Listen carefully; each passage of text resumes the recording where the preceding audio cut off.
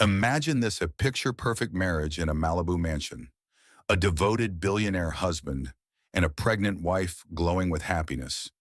But one overheard phone call shatters everything. No, Jessica, you can't tell her about the baby yet. What if the man you trusted for 12 years wasn't just cheating? He was hiding entire secret families across the country, children he fathered, DNA tests he forged, and a web of lies so twisted it could destroy lives. From betrayal in the doctor's office to explosive courtroom battles, from rock-bottom financial ruin to a fierce comeback as a national advocate, this is the jaw-dropping story of Sarah Collins, the woman who turned her husband's empire of deception into her own triumph of resilience and empowerment. Buckle up, because the twists will leave you speechless: secret sons, manipulated pregnancies, and a prison escape that brings the nightmare full circle.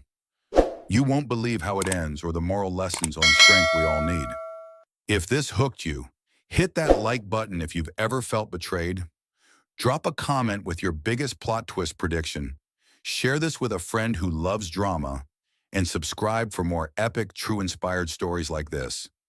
Don't forget to turn on notifications. You won't want to miss the next one. When everything you believed was built on betrayal, Sarah Collins adjusted her silk maternity dress as she settled into the plush leather chair of Dr. Brennan's office. At 7 months pregnant, she radiated that coveted pregnancy glow that made other women envious. Her chestnut hair cascaded in perfect waves over her shoulders, and her emerald engagement ring caught the afternoon sunlight streaming through the floor-to-ceiling windows. Everything looks perfect, Sarah. Dr. Brennan smiled, cleaning the ultrasound gel from her rounded belly. Baby girl is measuring right on track. Richard must be thrilled. Sarah's face lit up at the mention of her husband. He's over the moon. You know how he gets about his girls. She laughed softly, thinking of their 11-year-old daughter Emma, who had Richard wrapped around her little finger. As Dr.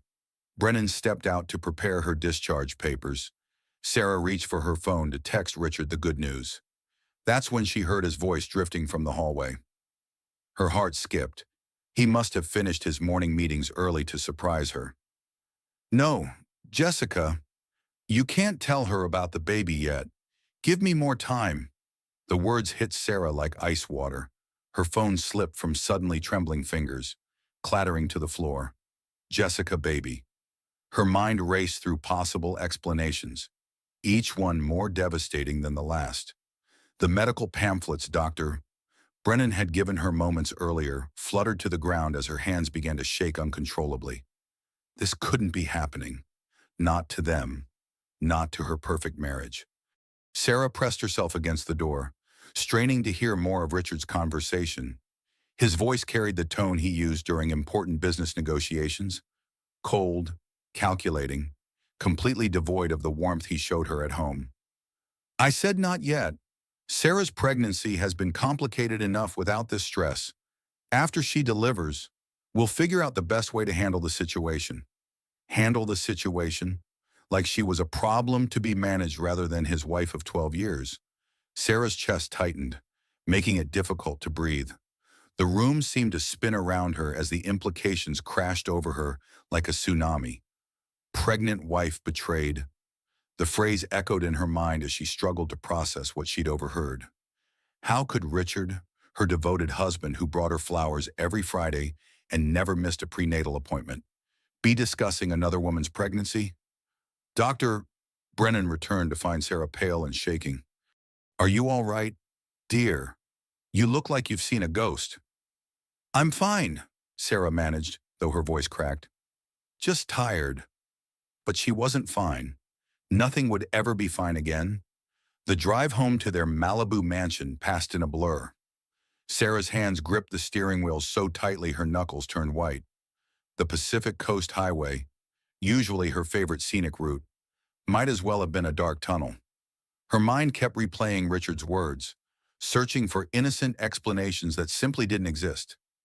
Their Mediterranean-style estate came into view, perched on 3 acres overlooking the ocean.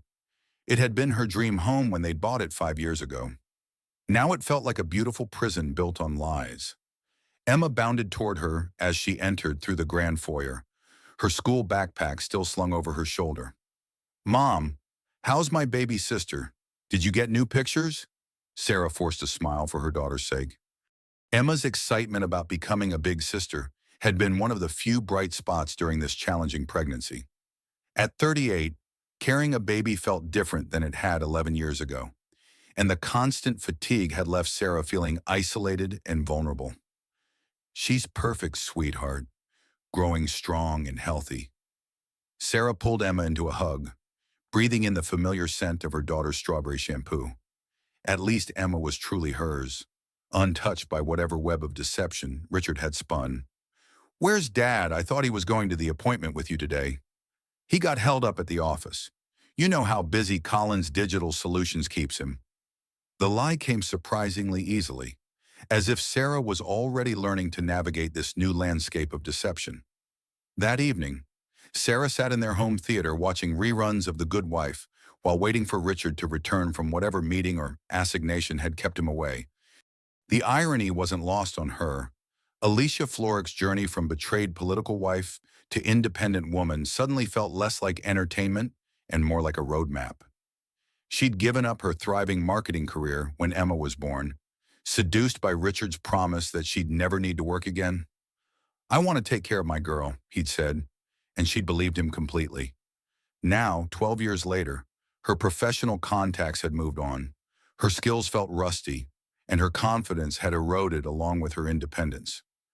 Richard finally arrived home after 10, his usually perfect appearance slightly disheveled. His dark hair was mussed, and there was a lipstick stain on his collar that Sarah pretended not to notice. "Sorry I missed the appointment. Sweetheart, emergency board meeting ran late." He kissed her forehead perfunctorily, his attention already focused on the stack of mail on the kitchen counter. "Everything okay at the office?" Sarah kept her voice carefully neutral, studying his face for tells she'd never bothered to look for before. "Just the usual corporate drama. You know how it is." Richard's smile didn't reach his eyes. "How's our little princess doing?" Our little princess. The possessive pronoun felt different now, weighted with questions Sarah wasn't ready to ask. Instead, she told him about the appointment, watching his face for any sign of guilt or discomfort. But Richard had always been an excellent performer. It was one of the qualities that made him such a successful businessman. Later that night, as Richard slept beside her, Sarah stared at the ceiling and replayed their entire relationship. Had there been signs she'd missed late-night phone calls he'd taken in his study business trips that seemed suspiciously frequent? Weekend conferences that didn't allow spouses?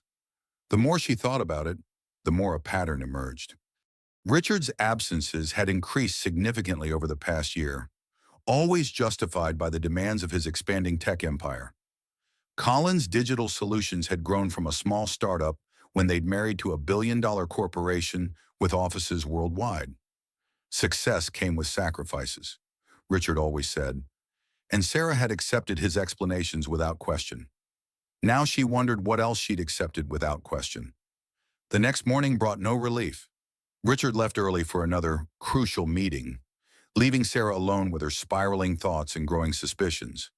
She found herself scrutinizing every detail of their home, looking for evidence of the life she was beginning to suspect existed parallel to theirs. It was while searching for tax documents in Richard's study that she made the first discovery. Tucked behind a family photo was a pregnancy test, not hers. The positive lines were still clearly visible, and the test was recent based on the purchase date on the packaging. Sarah's legs gave out, and she collapsed onto the leather chair behind Richard's mahogany desk. Her hands shook as she stared at the evidence of her husband's betrayal. This wasn't some business crisis or midlife distraction. This was real, immediate, and happening in her home. The sound of rain against the study windows seemed to echo the storm building inside her. She thought of all the pregnancy symptoms she'd been experiencing, the fatigue, the emotional volatility, the physical discomfort, and wondered if another woman somewhere was experiencing the same things because of her husband. Her phone buzzed with a text from Richard. "Working late again tonight. Don't wait up." Sarah stared at the message, then at the pregnancy test in her hands. How many lies could one marriage hold? Apparently, more than she'd ever imagined. Thunder rolled across the ocean as Sarah made her way to their master bathroom. The marble floors felt cold beneath her bare feet as she sank down, her back against the bathtub, and finally allowed herself to cry. The sobs came in waves, each one more devastating than the last. As 12 years of assumed happiness crumbled around her, she was 7 months pregnant, financially dependent, and completely alone in a marriage she no longer recognized. The woman she'd been that morning, confident, secure, loved, had died in a doctor's office hallway, replaced by someone she didn't know how to be. As rain continued to pound against the windows, Sarah held the pregnancy test and wondered whose future it represented. Because one thing was becoming terrifyingly clear: it wasn't hers. The storm outside had nothing on the one brewing in her heart. The other woman's confession. Sarah spent the next 3 days in a haze of denial and dread. Every time Richard's phone buzzed, every unexplained absence, every casual lie about his whereabouts felt like another nail in the coffin of their marriage. She found herself studying his face across the breakfast table, searching for signs of the stranger he was becoming. On Thursday morning, desperation finally overcame fear. While Richard was in the shower, Sarah checked his recent calls. The name Jessica H. appeared repeatedly, with conversations lasting well into the night hours. Her heart hammered as she scrolled through dozens of calls over the past month. Calls made while he was supposedly in board meetings. Calls made after she'd gone to bed. Jessica H., the same Jessica from that devastating phone conversation. Sarah's marketing background kicked in, and she found herself conducting research like she was preparing for a product launch. Collins Digital Solutions website listed a Jessica Hartwell as executive assistant to the CEO. 29 years old, Harvard MBA, striking blonde with the kind of polished beauty that graced magazine covers. The elevator ride to the 52nd floor of the Collins building felt endless. Sarah's reflection in the polished steel doors showed a woman she barely recognized, pale, drawn, with dark circles under eyes that had seen too much truth. At 7 months pregnant, she felt ungainly and vulnerable, especially compared to the sleek professional environment surrounding her. The receptionist's smile faltered when Sarah introduced herself. "Mrs. Collins, Mr. Collins isn't in today. He's at the Shanghai offices." Shanghai. Richard had told her he was visiting their San Francisco location. Another lie to add to the growing collection. "I'm here to see Jessica Hartwell," Sarah said, surprised by the steadiness in her voice. Jessica's office occupied a corner of the executive floor, with floor-to-ceiling windows offering a breathtaking view of downtown Los Angeles. When Sarah entered, Jessica looked up from her computer with the polished smile of someone accustomed to managing difficult conversations. She was even more beautiful in person, where Sarah felt bloated and ungainly in her maternity clothes. Jessica radiated the kind of effortless elegance that came with youth and professional success. Her platinum blonde hair was styled in a perfect chignon, and her charcoal Armani suit fit like it had been tailored specifically for her. "Mrs. Collins," Jessica said carefully, "this is unexpected." "I'm sure it is." Sarah closed the office door behind her and took a seat across from Jessica's glass desk. "We need to talk." For a moment, something flickered across Jessica's composed features. Guilt, fear. It was gone so quickly, Sarah almost wondered if she'd imagined it. "I'm not sure what you think we need to discuss," Jessica began, but Sarah cut her off. "I found the pregnancy test." The words hung in the air between them like a grenade with a pulled pin. Jessica's carefully maintained composure cracked, revealing something raw and desperate underneath. "I see."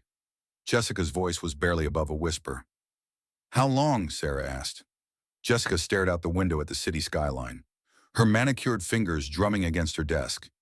When she finally spoke, her voice was flat, businesslike. 8 months. The timeline hit Sarah like a physical blow. "I'm 7 months pregnant." "I know." Jessica finally met her eyes. "Richard told me about your pregnancy on our second date." The casual cruelty of it stole Sarah's breath.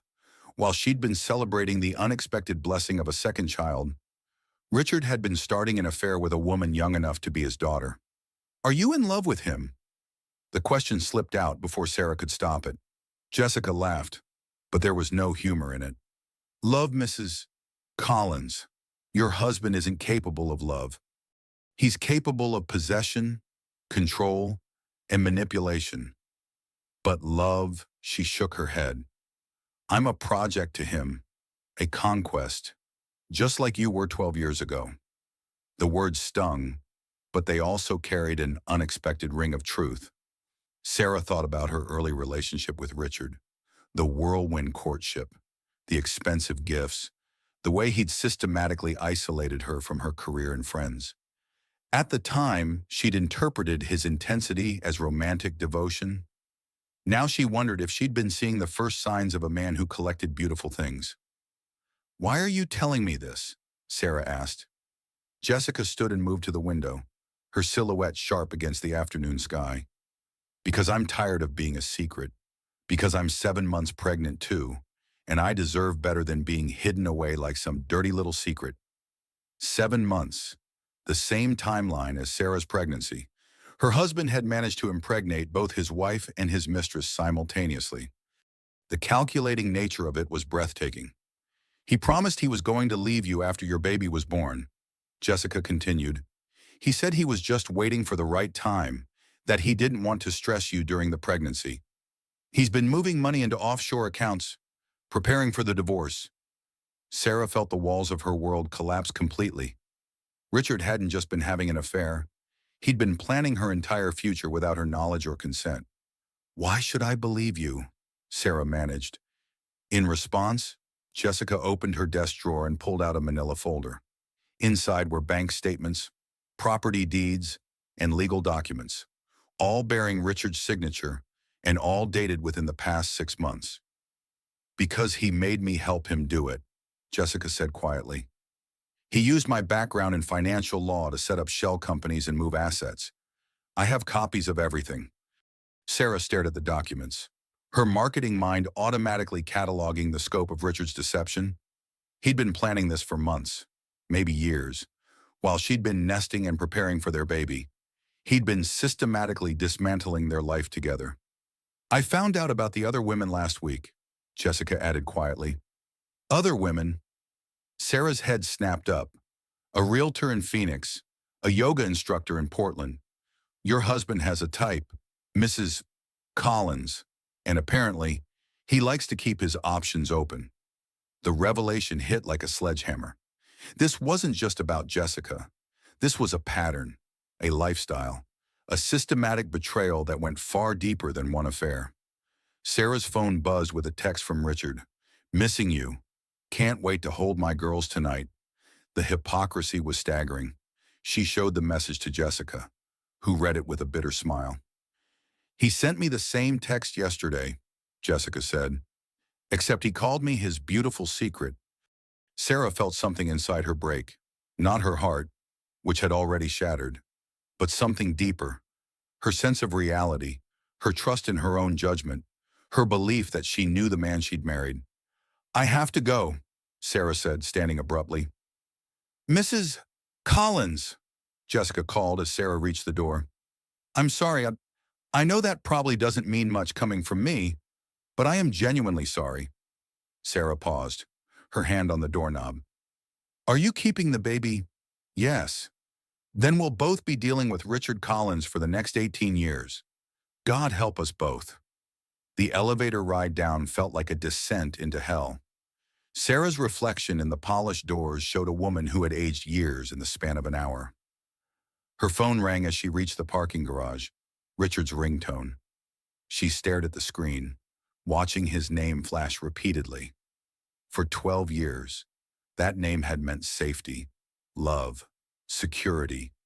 Now it meant lies, betrayal, and a future she couldn't begin to imagine. She didn't answer. Instead, Sarah drove home through the afternoon traffic, her mind spinning with the magnitude of Richard's deception. At every red light, she thought about Jessica's revelations. The husband affair with Mistress wasn't just about sex or midlife crisis. It was about power, control, and a pattern of behavior that painted her entire marriage in a sinister new light. When she arrived home, Emma was in the kitchen doing homework. Her daughter looked up with a bright smile that pierced Sarah's heart. "Mom, you look tired. Is the baby okay?" "The baby's fine, sweetheart." At least one truth in her crumbling world. Dad called. He's going to be late again. Some crisis in Phoenix. Phoenix, where Jessica had mentioned another woman. Sarah wondered how many crises Richard had manufactured over the years to cover his tracks. That evening, Sarah sat in their bedroom, staring at the ultrasound photos from her recent appointment. Their daughter, her daughter, moved actively in utero, blissfully unaware of the chaos waiting in the world outside. Sarah pressed her hand to her belly, making a silent promise to protect this child from the wreckage of her marriage. Her phone rang at 9:30. Richard's face filled the screen, all charm and concern. "Sorry I missed your call, sweetheart. This Phoenix deal is more complicated than we thought. I might have to stay through the weekend." Sarah listened to his lies with new ears, hearing the practiced smoothness that had once comforted her. "That's fine. Richard, handle whatever you need to handle. Are you feeling all right? You sound tired. Just pregnancy fatigue. Nothing to worry about." But everything was worthy of worry now. Her marriage, her future, her children's security. It had all been built on foundations of sand. After hanging up, Sarah found herself in Richard's study again, this time armed with Jessica's revelations. She began searching with purpose, looking for evidence of the life Jessica had described. In a locked drawer she'd never bothered to investigate, she found business cards for lawyers specializing in asset protection and divorce.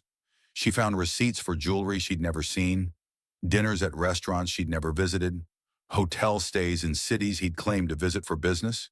The picture that emerged was of a man living multiple lives with practiced ease. Richard wasn't just cheating, he was operating like a criminal, covering his tracks and preparing escape routes. As midnight approached, Sarah made a decision that would change everything. She photographed every document, every receipt, every piece of evidence she could find. If Richard wanted to play games with her future, she needed to understand the rules. Her phone buzzed with another message from him. "Thinking of you and our little angel. Love you both." Sarah stared at the words, remembering Jessica's bitter smile. How many women was he sending similar messages to? How many children was he claiming as his own while planning to abandon them? She deleted the message without responding and continued her investigation. The storm outside was nothing compared to the one she was preparing to unleash.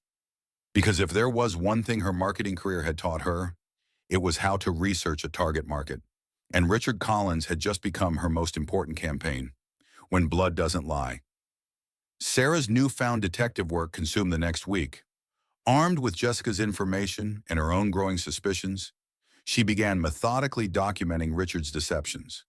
Every business trip, every late night, every unexplained absence was cross-referenced with credit card statements and travel records she found hidden in his study. The pattern that emerged was horrifying in its scope. Richard hadn't just been having an affair. He'd been living entirely separate lives in multiple cities. Phoenix, Portland, even Denver, all cities where Collins Digital Solutions had satellite offices, and apparently where Richard had satellite relationships. On a rainy Tuesday morning, Sarah's phone rang while she was reviewing bank statements. The caller ID showed Jessica's number. "Mrs. Collins." Jessica's voice was strained, panicked. "I need help." "What's wrong?" "I'm at Cedars-Sinai. I've been in an accident." Sarah's protective instincts kicked in, despite everything. "Are you hurt? Is the baby okay?" "I don't know. They're running tests." "Mrs. Collins, I'm scared. Richard isn't answering his phone, and I don't have anyone else to call." The irony wasn't lost on Sarah. The woman who'd helped destroy her marriage was now calling her for help. But hearing the fear in Jessica's voice, Sarah found herself grabbing her keys. "I'll be right there." The drive to Cedars-Sinai gave Sarah time to question her sanity. Why was she rushing to help her husband's pregnant mistress? But as she parked and hurried toward the emergency room, she realized the answer because she understood what it felt like to be abandoned by Richard Collins. She found Jessica in a private room, looking pale and fragile in a hospital gown. The confident, polished executive was gone, replaced by a scared young woman with tears streaming down her face. "Thank you for coming," Jessica whispered. "I didn't know who else to call. What happened? A car accident? A drunk driver ran a red light and hit my side of the car." Jessica's hand moved protectively to her belly. "The doctors are concerned about the baby." Sarah felt an unexpected surge of sympathy. Whatever Jessica had done, she didn't deserve this. "Have you been able to reach Richard?" Jessica's laugh was bitter. "He's in Shanghai. Remember, apparently, international crises take precedence over domestic emergencies." Before Sarah could respond, a doctor entered the room. Dr. Martinez was young, kind-faced, and clearly frustrated. "Miss Hartwell, we need to discuss your options. The placental abruption is severe, and we may need to deliver the baby tonight." "But I'm only 31 weeks, Jessica whispered. "We're doing everything we can to buy more time, but you need to be prepared." After the doctor left, Jessica turned to Sarah with desperation in her eyes. "There's something I need to tell you, something about Richard that you need to know." "Jessica, you should rest." "No." Jessica grabbed Sarah's hand with surprising strength. "If something happens to me, if something happens to my baby, someone needs to know the truth." Sarah waited, sensing this was important. "Richard has another child, a son named Marcus. He's 8 years old and lives in Denver with his mother, Diana Walsh." The words hit Sarah like a physical blow. "Another child?" "Richard's been supporting them for years, but he's never acknowledged the boy publicly. Marcus thinks his father is a businessman who travels too much to visit regularly." Sarah's mind reeled. "How do you know this?" "Because I helped Richard set up the trust fund that supports them. Diana was a paralegal at a law firm Richard used for acquisitions. She got pregnant, and he convinced her to keep quiet in exchange for financial security." Another pattern, another woman seduced and then hidden away. Sarah thought about Emma, about the baby growing inside her, about Jessica's unborn child, and now about a little boy in Denver who didn't understand why his father was a secret. "Why are you telling me this?" Sarah asked. Jessica's eyes were closing from exhaustion and medication.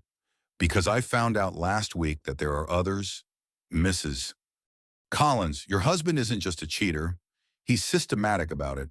He targets women in cities where he has business interests, gets them pregnant, and then manages them like assets." The word assets chilled Sarah to the bone. "How many others?" "I don't know for sure, but I found files in his private office. Phoenix, Portland, San Antonio, Denver. Each city has a folder with a woman's name on it." Sarah felt the room spinning around her. Richard wasn't having affairs. He was collecting women and children like trophies, maintaining multiple families while committing to none of them completely.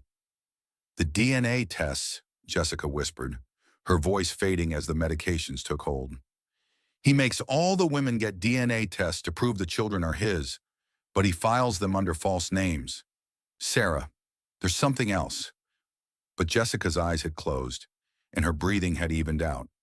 Sarah sat in the uncomfortable hospital chair, processing revelations that redefined everything she thought she knew about her life. Her phone buzzed with a text from Richard. "Shanghai meeting's going well. Miss you both. Kiss Emma goodnight for me." The casual normalcy of his message was obscene. While she sat in a hospital room with his pregnant mistress, learning about his secret children, Richard was conducting business as usual. Sarah's hands trembled as she typed back, "Jessica Hartwell is in the hospital. Thought you should know." The response came immediately. "Who?" The audacity of his lie was breathtaking. He was going to pretend he didn't know Jessica at all. Sarah called him directly. He answered on the first ring, his voice warm and concerned. "Sweetheart, is everything okay? Your text worried me. Jessica Hartwell, your executive assistant, your pregnant mistress. She's in the hospital after a car accident. The silence stretched so long, Sarah wondered if the call had dropped. When Richard finally spoke, his voice was completely different, cold, calculating, empty of the warmth she'd fallen in love with 12 years ago. I see you've been busy while I was away. Not nearly as busy as you've been. Jessica told me about Denver, Richard, about Marcus. Another long pause. We'll discuss this when I get home. Will we, or will you just disappear like you disappear from all your other families? Sarah, you're pregnant and emotional. You're not thinking clearly. The gaslighting was so blatant, it almost made her laugh. I'm thinking more clearly than I have in years. Don't do anything rash. Think about Emma. Think about our family. Which family? Richard. The one in Denver, the one in Phoenix, or just the one that's currently convenient for you? She hung up before he could respond and immediately turned off her phone. Whatever Richard's response was going to be, she needed time to process what she'd learned. The next few hours passed in a blur.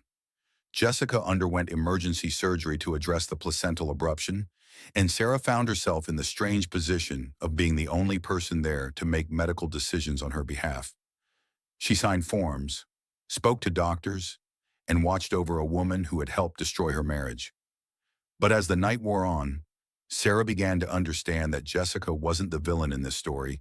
She was another victim, just like Diana Walsh in Denver, just like the unnamed women in Phoenix and Portland. They were all pieces in Richard's elaborate game, pawns he moved around the board to serve his own needs. At 3 in the morning, Jessica's surgery was declared successful. Both she and the baby had survived, though she would need to remain hospitalized for observation. Sarah finally allowed herself to leave, but not before making a decision that would change everything. She drove to Collins Digital Solutions. The building was nearly empty at this hour, but Sarah's key card still worked. Richard had given it to her years ago for the few occasions when she'd brought Emma to visit Daddy at work. Now she used it to access floors she'd never seen. Richard's private office was on the 54th floor, behind his public office where he conducted most of his business.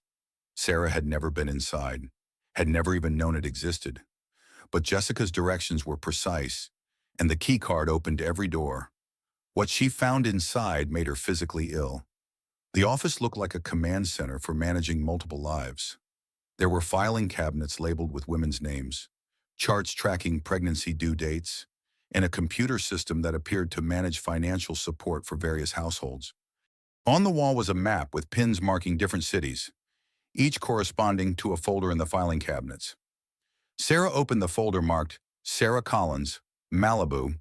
Inside were documents she'd never seen: their prenuptial agreement, which she didn't remember signing, insurance policies naming Richard as sole beneficiary, and financial statements showing that most of their assets were actually held in Richard's name alone.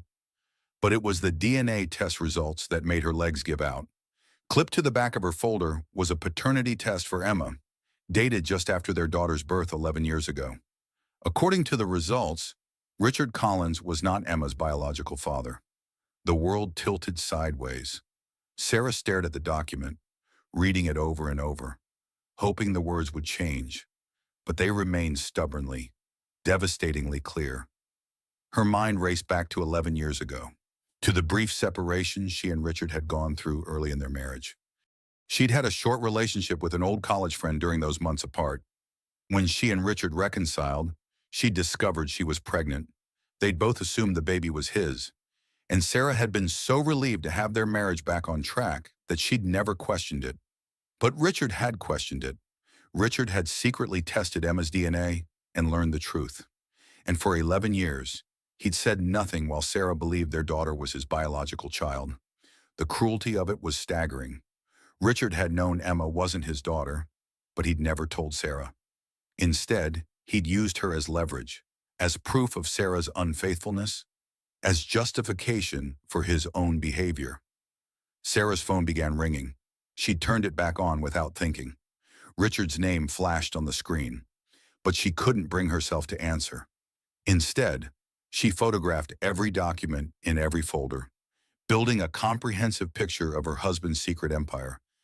The Phoenix folder contained similar DNA results and financial arrangements for a woman named Carmen Rodriguez and her 5-year-old son. Portland showed Maria Stevens and her 3-year-old daughter. Denver had Diana Walsh and Marcus, the 8-year-old Jessica had mentioned. Each woman had been carefully selected, systematically seduced, and then managed like a business asset. Richard had even rated their maintenance requirements in clinical notes that made Sarah's skin crawl. Her own file was marked high maintenance, requires emotional management. Jessica's was labeled temporary, asset extraction potential. Diana Walsh in Denver was marked compliant, low risk. Sarah realized she was hyperventilating. She sat down in Richard's chair and tried to process the scope of what she'd discovered. Her husband wasn't just a cheater or even a serial adulterer. He was something much worse. A predator who systematically targeted women, used them to produce children, and then controlled their lives through financial manipulation. Her phone rang again. This time it was the hospital. Jessica was awake and asking for her. Sarah gathered the most important documents and made her way back to Cedars-Sinai. She found Jessica alert but weak, her face drawn with pain and exhaustion. "Did you find what you were looking for?" Jessica asked quietly. "More than I wanted to find." Sarah showed her the DNA results for Emma. "Did you know about this?" Jessica's face crumpled. "I suspected. Richard always talks about Emma differently than he talks about his other children. I thought maybe—" She trailed off, unable to finish. "He's been living this double life for over a decade," Sarah said. "Multiple lives, actually. You were right about the systematic nature of it." What are you going to do?" Sarah looked out the hospital window at the Los Angeles skyline, thinking about Emma sleeping safely at home, about the baby growing inside her, about Marcus in Denver and all the other children scattered across the country who called Richard Collins their father. "I'm going to destroy him," she said quietly. "But first, I'm going to save us all." Jessica reached for her hand. "I'm sorry. For everything. For my part in destroying your marriage." Sarah squeezed her fingers gently. "He destroyed it long before you came along. You were just another victim in his collection." As dawn broke over Los Angeles, Sarah began planning the most important campaign of her life. She'd spent 12 years as Richard's wife, but now she was going to become his worst nightmare. A woman who knew the truth and had nothing left to lose. Her phone buzzed with another message from Richard. "Coming home early, we need to talk." "Ooh." Sarah smiled grimly as she typed back, "Yes, we do." But this conversation was going to be very different from what Richard was expecting. Because for the first time in their marriage, Sarah was going to be the one with secrets, and Richard was going to be the one left in the dark. The heartbreaking family drama was about to become a war, fighting for everything that matters. Sarah's labor began at 6 in the morning, 3 days after her discovery of Richard's secret files. She woke to contractions that felt different from the Braxton Hicks episodes she'd been experiencing. These were sharp, urgent, and accompanied by a pressure that sent immediate alarm through her system. "Emma!" she called out, trying to keep the panic from her voice. "I need you to call 911. Her daughter appeared in the bedroom doorway, still in her pajamas, eyes wide with fear. "Mom, what's wrong?" "The baby's coming early. Can you be brave for me and call for an ambulance?" As Emma dialed 911 with shaking hands, Sarah tried Richard's number. It went straight to voicemail. He was supposedly still in Shanghai, though Sarah now knew that could mean anything. The ride to Cedars-Sinai was a blur of sirens and medical personnel checking vital signs. Sarah's blood pressure was dangerously high, and the baby's heart rate was erratic.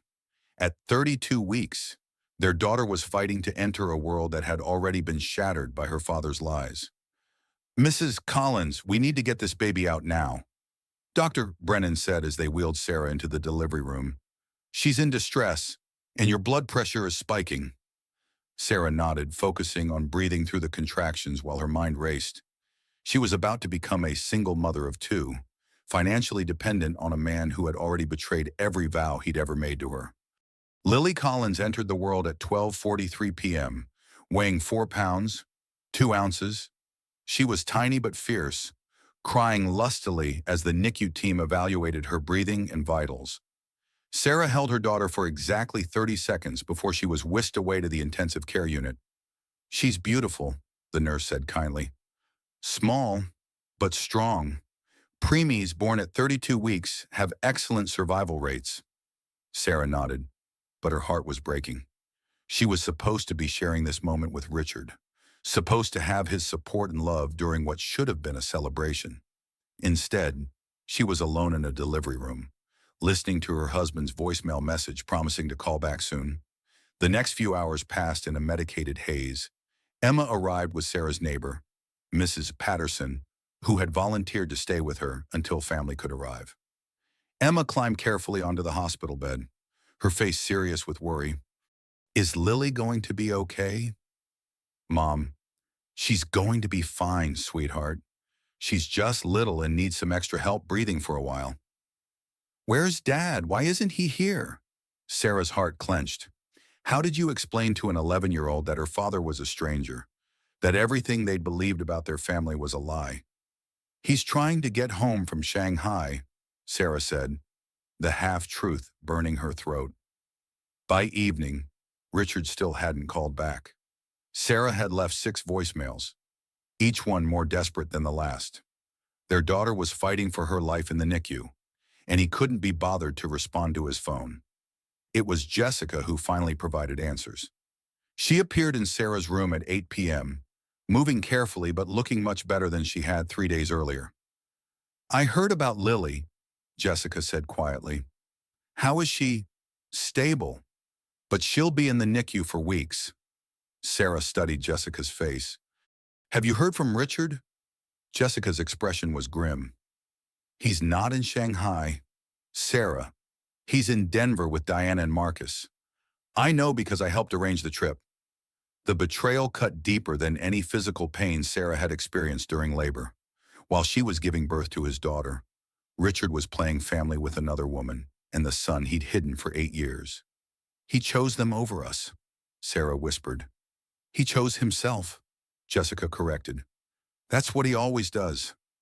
That night, alone in her hospital room with Lily fighting for every breath in the NICU, Sarah made the phone calls that would change everything. She contacted Helen Carter, the most ruthless divorce attorney in Los Angeles, and scheduled an emergency consultation. She called her banker and requested a full audit of their joint accounts. She contacted a private investigator to begin documenting Richard's various households. But it was the call to Emma's biological father that proved the most difficult. Michael Turner had been her college boyfriend, the man she'd briefly reconnected with during her separation from Richard. He was now a successful architect in San Francisco, married with 2 children of his own. When Sarah explained the situation, his response was immediate and heartfelt. "Emma is my daughter." His voice was choked with emotion. "According to the DNA test Richard secretly ordered, yes." "Sarah, I had no idea. If I had known—" "I know. I didn't know either until 3 days ago." Michael was quiet for a long moment. "What do you need from me?" "How can I help?" For the first time in days, Sarah felt a spark of hope. "I need you to be prepared to fight for her if necessary. Richard has been using Emma as leverage in ways I'm only beginning to understand. I'll do whatever it takes. She's my daughter. Sarah, I should have been there for both of you all these years." The next morning brought a new crisis. Richard finally called, but not with concern for his newborn daughter or his recovering wife.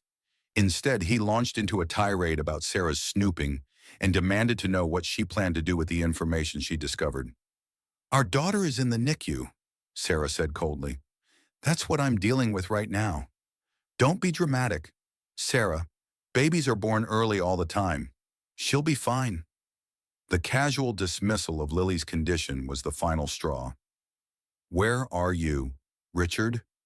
And don't lie to me anymore." "I'm handling a family emergency." "Which family? The one in Denver, Phoenix, Portland? Or are there more I haven't discovered yet?" Richard's silence confirmed what Sarah already knew. He wasn't coming home. He had chosen his other life over the woman who had just given birth to his daughter. "I'll be home when I can," he said finally. "Don't do anything stupid while I'm gone." Sarah hung up and immediately called Helen Carter's office. Helen Carter was everything Sarah had hoped for and feared in a divorce attorney. She was in her 50s, with silver hair pulled back in a severe chignon and eyes that missed nothing. Her downtown office was decorated with awards and photos with celebrities and politicians, evidence of battles won and lives rebuilt. "Mrs. Collins," Helen said after reviewing the documents Sarah had photographed, "your husband isn't just a cheater. He's running what appears to be a multi-state operation designed to systematically defraud women and potentially commit tax evasion on a massive scale. Can you help me? I can destroy him," Helen said matter-of-factly. "But you need to understand that this won't be a typical divorce. Richard Collins has resources, connections, and apparently no moral boundaries. He's going to fight dirty. I don't care. I want my children protected, and I want every other woman he's victimized to have the evidence they need to protect themselves too." Helen smiled grimly. "Then we're going to get along very well." The legal strategy Helen outlined was comprehensive and ruthless. They would file for divorce on grounds of fraud and intentional infliction of emotional distress. They would seek emergency custody of both children, with Emma's biological paternity as a complicating factor that could work in their favor. They would involve federal authorities regarding Richard's potential tax evasion and interstate fraud. But most importantly, they would move fast. "Richard Collins is smart and connected," Helen explained.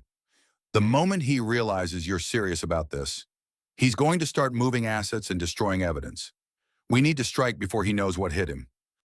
That afternoon, while Lily slept in her incubator and Emma was at school, Sarah returned to the house she'd shared with Richard for 7 years. Everything looked the same: the carefully chosen furniture, the family photos, the awards and accolades that marked Richard's business success. But now it all felt like a movie set, props in an elaborate deception. She was packing essentials for an extended hospital stay when she heard footsteps in the hallway. Richard stood in the bedroom doorway, looking tired and defensive. "You've been busy," he said, noting the suitcases on the bed. "Not nearly as busy as you," Sarah continued, folding clothes, not trusting herself to look at him directly. "Sarah, we need to talk about this rationally. You're postpartum. You're emotional. You're not thinking clearly." The gaslighting was so predictable, it almost made her laugh. "I'm thinking more clearly than I have in 12 years. Whatever Jessica told you, this isn't about Jessica." Sarah finally turned to face him. "This is about Marcus, and Carmen, and Maria, and God knows how many other women and children you've been hiding." Richard's face went white. "You don't understand the complexities. I understand that you've been living multiple lives while I trusted you completely. I understand that you secretly tested Emma's DNA and never told me the results. I understand that you've been planning to leave me while pretending to love me. Emma isn't my biological daughter, but I've raised her. You've used her." Sarah cut him off. "Just like you've used all of us." Richard moved closer, and for the first time in their marriage, Sarah felt afraid of him. There was something cold and calculating in his eyes that she'd never seen before. "You need to think very carefully about what you do next," he said quietly. "I have resources you can't imagine. I have connections that could make your life very difficult. Emma's biological father, what's his name? Michael Turner. I could destroy his marriage, his career, his relationship with his other children. Is that really what you want?" The threat was delivered so casually it took Sarah's breath away. This was the man she'd married, the father of her children, and he was threatening to destroy innocent people to maintain his control over her. "Get out," she whispered. "Sarah, get out," she screamed, and something in her voice made Richard step backward. He left without another word, but Sarah knew this was far from over. If anything, it was just beginning. That evening, as she sat beside Lily's incubator in the NICU, Sarah called Michael Turner with Richard's threats. "Let him try," Michael said firmly. "My wife knows about Emma. I told her everything after you called yesterday. She's actually angry that we missed out on knowing our daughter all these years. Richard can be vindictive, Sarah, I'm a successful architect with an excellent reputation and resources of my own. Richard Collins doesn't scare me. What scares me is the thought that my daughter has been living with a man who would threaten to destroy families to get his way. As Sarah watched her tiny daughter sleep, surrounded by machines that were keeping her alive, she realized that Richard had made a crucial mistake. In threatening Michael, he'd shown his hand too early. Now she knew exactly what kind of man she was dealing with, and she was prepared to fight him with everything she had. Helen Carter had been right. This wasn't going to be a typical divorce.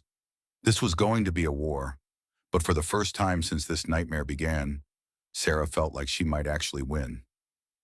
When everything falls apart. The custody papers arrived while Sarah was feeding Lily in the NICU.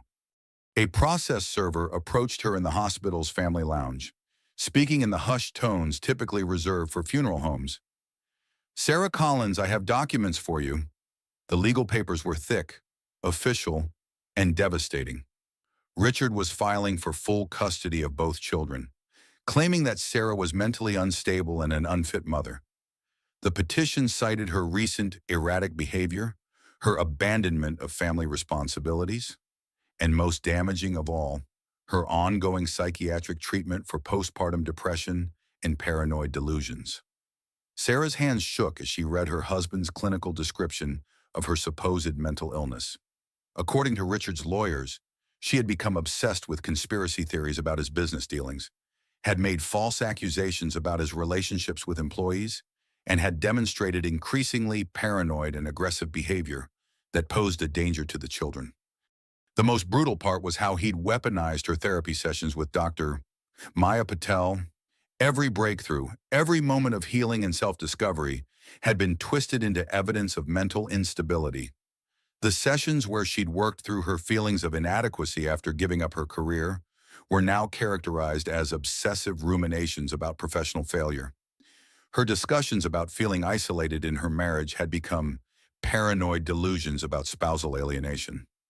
Helen Carter arrived at the hospital within an hour of Sarah's frantic phone call. She read through Richard's filing with the grim expression of someone who had seen this strategy before. "He's trying to control the narrative," Helen explained. "Paint you as the unstable party before you can expose his actual crimes. It's manipulation 101, but effective if we don't respond quickly." "How did he get my therapy records?" Sarah asked. "He didn't need to. He's been recording your sessions." The words hit Sarah like a physical blow. "What?" Helen showed her a section of Richard's filing that referenced audio recordings of Sarah's private conversations with her therapist. "There are devices in your home, Sarah, probably have been for months." The violation was so complete, so intimate, that Sarah felt physically sick. Every private moment, every vulnerable confession, every step toward healing had been monitored and cataloged by the man who had destroyed her life. "Can he use those recordings in court?" Sarah asked. "Not legally obtained recordings?" "No. But the damage is already done. The media will get hold of this filing within hours, and your private struggles will become public entertainment." Helen was right. By evening, the story had exploded across social media and entertainment news.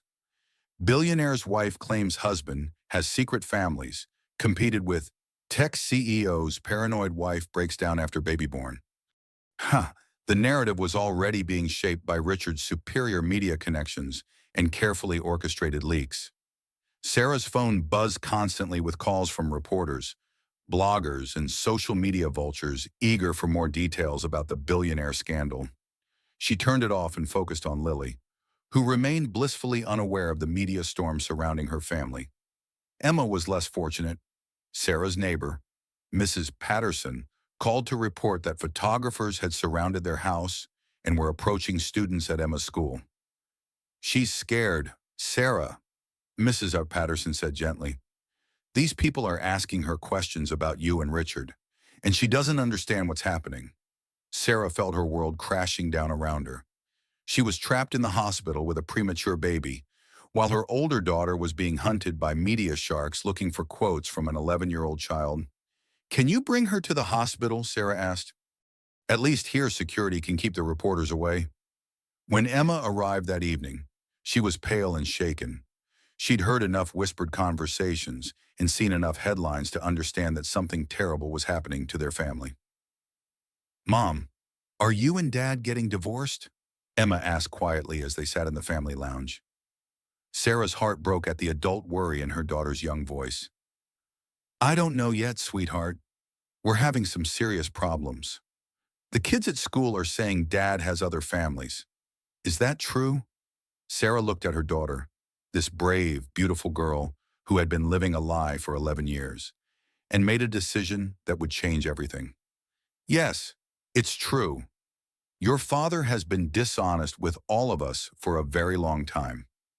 Emma was quiet for several minutes, processing this information with the serious consideration of a child who had grown up too fast. "Am I really not his daughter?" she asked finally. Sarah's breath caught. "How did you—" "I heard some of the reporters talking. They said something about DNA tests." Sarah pulled Emma close, breathing in the familiar scent of her daughter's hair. "You are my daughter, completely and forever. And you have another father who loves you very much, even though he's never had the chance to know you." "What's his name?" "Michael Turner. He lives in San Francisco, and he's been wanting to meet you since he found out about you a few days ago." Emma nodded solemnly. "Is he nice?" "He's very nice. He's kind and honest, and he would never lie to you the way Richard has been lying to all of us." That night, Sarah made the hardest decision of her life. She called Helen Carter and gave her permission to file an emergency motion for immediate custody transfer, using Emma's true paternity as grounds for removing her from Richard's custody entirely. "It's risky," Helen warned. "Richard's going to claim you're trying to alienate Emma from her father figure out of spite." "He's not her father figure," Sarah said firmly. "He's her manipulator, and I won't let him use her as leverage anymore." The emergency hearing was scheduled for the following Monday. Sarah spent the weekend preparing for a legal battle that would determine her children's futures while simultaneously caring for Lily, who was finally strong enough to leave the NICU. But Richard had one more card to play. On Sunday evening, as Sarah was getting ready to take Lily home from the hospital, Helen Carter called with devastating news. "Sarah, you need to sit down." "What's happened?" "Richard's filed additional evidence with the court. He's claiming that Lily isn't his biological daughter either." The words didn't make sense at first. "That's impossible. I haven't been with anyone else. There's no way." "He's produced DNA evidence suggesting that Lily was fathered by someone else. Someone named David Martinez." Sarah's world tilted sideways. David Martinez was a single father she'd met at Emma's school fundraiser 6 months ago. They'd had coffee twice, innocent meetings where they'd discussed their children and shared stories about single parenting challenges. There had been no physical relationship, no intimacy of any kind. "Helen, that's impossible. I never had any kind of relationship with David Martinez." "I believe you, but Richard has DNA evidence that says otherwise. Either the tests are falsified, or—" "Or what?" Helen's voice was gentle but firm. "Or Richard artificially inseminated you without your knowledge." The horror of what Helen was suggesting made Sarah physically ill. She remembered the fertility treatments Richard had insisted on when they'd been trying for a second child. The private clinic, the procedures she'd undergone while sedated, Richard's insistence on handling all the medical communications. "He used donor sperm," Sarah whispered. "It appears so. The question is whether he did it deliberately to create leverage over you, or whether there was some other motive." Sarah sank into a chair in the NICU family lounge, holding Lily close to her chest. Her husband had violated her in the most intimate way possible, using her body to create a child that he could later disown when it served his purposes. "There's more," Helen continued. "Richard's lawyers are claiming that your discovery of his alleged infidelity sent you into a psychotic break, and that you began fabricating elaborate conspiracy theories to explain away your own infidelity with multiple men." Multiple men. They're claiming you had affairs with Michael Turner, David Martinez, and several others. They're saying Lily could be anyone's child, and that your mental illness is causing you to blame Richard for your own adultery. The systematic destruction of her character was breathtaking in its scope and cruelty. Richard wasn't just trying to win a custody battle. He was trying to destroy her credibility so completely that no one would believe anything she said about his secret families or financial crimes. "What do we do now?" Sarah asked. "We fight. But Sarah, you need to prepare yourself for the possibility that this gets much worse before it gets better." Monday morning's emergency hearing was a nightmare Sarah could never have imagined. Richard arrived at the courthouse in a perfectly tailored suit, flanked by three of Los Angeles's most expensive attorneys. Sarah watched from across the courtroom as he played the role of concerned father, worried about his mentally ill wife's impact on their children. The judge, Honorable Patricia Kellerman, was known for her no-nonsense approach to family law. She listened to both sides with the stern expression of someone who had seen every possible variation of human dysfunction. Richard's lead attorney, Marcus Webb, painted a picture of Sarah as a woman who had lost touch with reality after discovering her husband's business success. According to their narrative, Sarah had become jealous of Richard's achievements and had begun fabricating increasingly elaborate stories to explain her own feelings of inadequacy. "Your Honor," Webb intoned, "Mrs. Collins has accused my client of maintaining secret families across multiple states, of artificially inseminating her without consent, and of running elaborate financial schemes. These are the paranoid delusions of a woman suffering from severe postpartum psychosis, not the rational concerns of a loving mother." When Helen Carter stood to present Sarah's side, she was armed with documentation that should have demolished Richard's claims. The financial records, the DNA tests, the evidence of multiple households. It was all there, meticulously cataloged and verified. But Richard's team had been busy too. They produced medical opinions from psychiatrists who had never examined Sarah, claiming that her behavior was consistent with postpartum psychosis. They had character witnesses testifying to Richard's devotion as a husband and father. They even had statements from some of his employees claiming that Sarah had been making bizarre accusations and threatening phone calls. The most devastating moment came when Webb produced what he claimed were recordings of Sarah making threats against Richard and his associates. "Your Honor, these recordings demonstrate that Mrs. Collins has become increasingly violent and unstable. She has threatened to destroy my client, to make him pay for imagined wrongs, and to expose him in ways that would damage not only his reputation, but the livelihoods of hundreds of employees." Sarah listened to her own voice, taken out of context from phone conversations and therapy sessions, and realized how easily truth could be weaponized. Every moment of justified anger, every promise to fight for her children, every expression of determination to escape an abusive marriage had been twisted into evidence of mental illness. Judge Kellerman's decision was swift and devastating. Given the serious allegations on both sides and the concerning evidence of Mrs. Collins's mental state, "I am ordering immediate psychological evaluation for all parties. Until such evaluation can be completed, both children will be placed in temporary protective custody." Sarah's legs gave out. Emma and Lily were being taken away from her, placed with strangers, while Richard's lawyers celebrated their victory. "Furthermore," Judge Kellerman continued, "Mrs. Collins will have supervised visitation only, and Mr. Collins will have unlimited access to both children pending resolution of the paternity questions." Helen Carter was already preparing appeals, but Sarah barely heard her.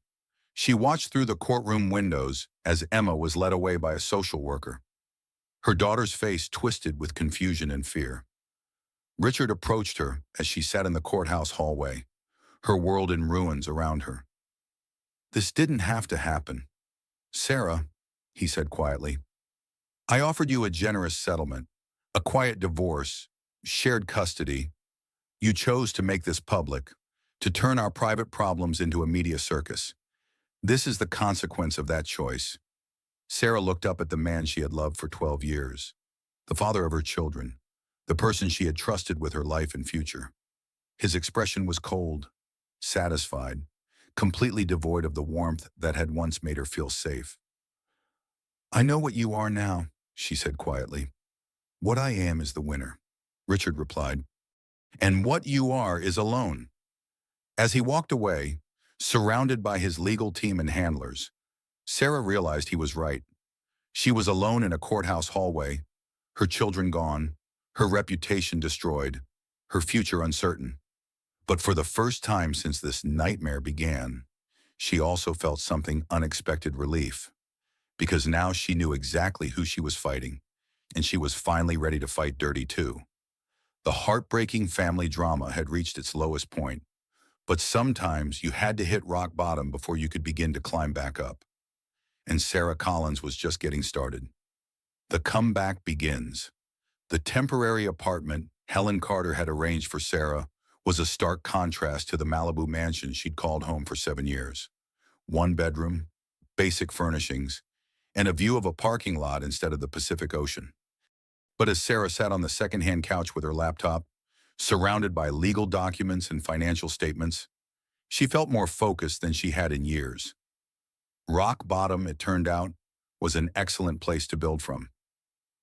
The psychological evaluation results came back, Helen announced during their morning strategy session. Dr.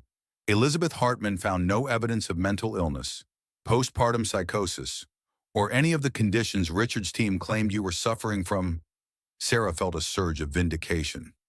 What about Richard? He refused to submit to evaluation, claiming attorney-client privilege and executive protection, which ironically makes him look like he has something to hide. It was a small victory, but Sarah had learned to celebrate every inch of progress. The past week had been a masterclass in legal warfare, and she was beginning to understand the rules of engagement. Her phone buzzed with a text from an unknown number. Mrs. Collins, this is Diana Walsh from Denver. Jessica Hartwell gave me your contact information. We need to talk. Diana Walsh, the mother of Richard's 8-year-old son Marcus. Sarah had been hoping one of Richard's other victims would reach out, but she hadn't expected it to happen so quickly. They arranged to meet that afternoon at a coffee shop in Santa Monica. Diana was exactly what Sarah had expected, a polished professional woman in her mid-30s, attractive in an understated way, with intelligent eyes that missed nothing. I've been following your case in the news, Diana said as they settled into a corner booth. Richard's portrayal of you as mentally unstable is particularly rich, considering what I know about his actual behavior. How long have you known, Sarah asked. About the other women, about 2 years. Marcus started asking harder questions about why his father could never stay for important events, why we couldn't visit him in Los Angeles, why everything about our relationship had to be secret. Diana opened a tablet and showed Sarah dozens of photos. Richard at Marcus's baseball games, birthday parties, school events. But in every picture, he looked uncomfortable, constantly checking his phone, clearly eager to leave. He manages us like a business account, Diana continued. Scheduled visits, predetermined activities, careful boundaries about what we can and cannot discuss. Marcus thinks it's normal because it's all he's ever known.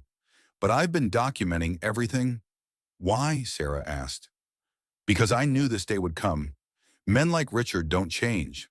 They just get more careless. When I saw the news about your court battle, I realized it was time to choose sides. Diana's evidence was extensive and damaging. She had recordings of Richard's phone calls, financial records showing payments from shell companies linked to Collins Digital Solutions, and most importantly, DNA test results proving Marcus was Richard's biological son. There's something else, Diana said, lowering her voice.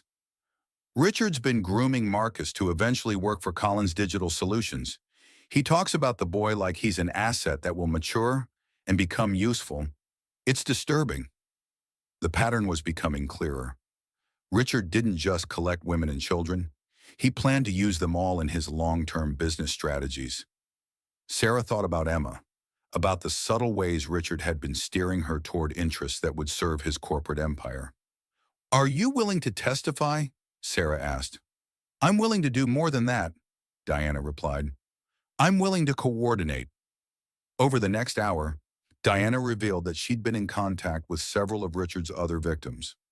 Carmen Rodriguez in Phoenix was ready to come forward with evidence of financial manipulation and emotional abuse.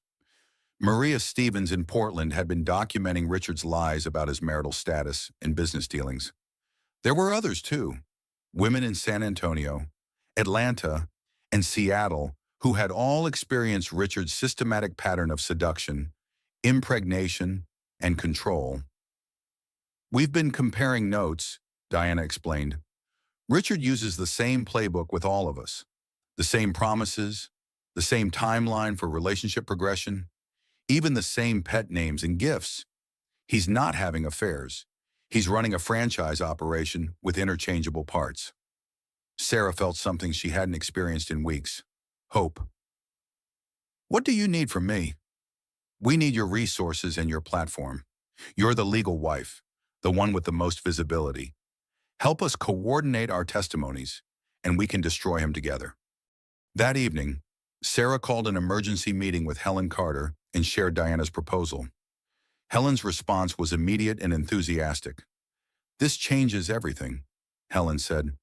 We're not just fighting a custody battle anymore. We're building a federal case, interstate fraud, tax evasion, potentially even racketeering charges if we can prove organized criminal activity.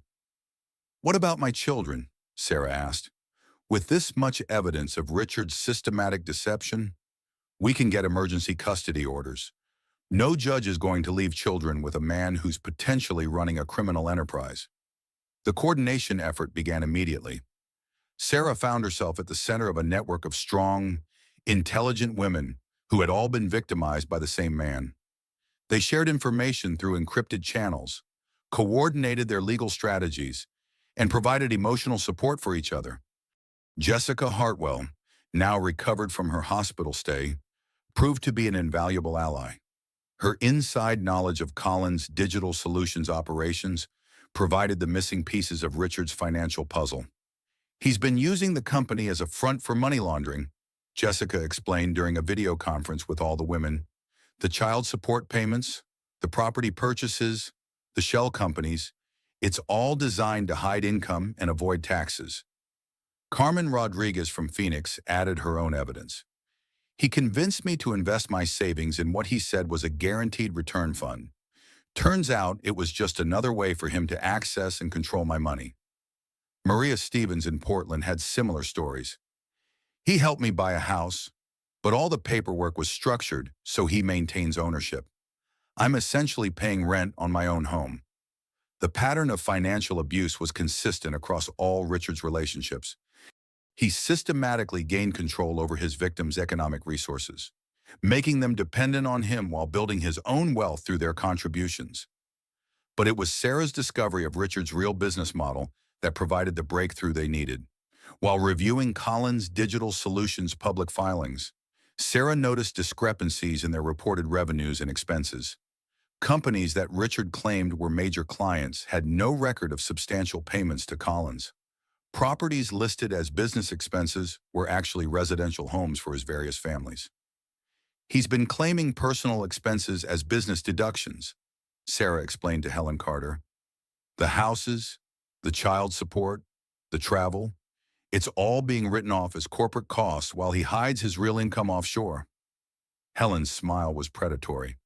That's federal tax fraud on a massive scale.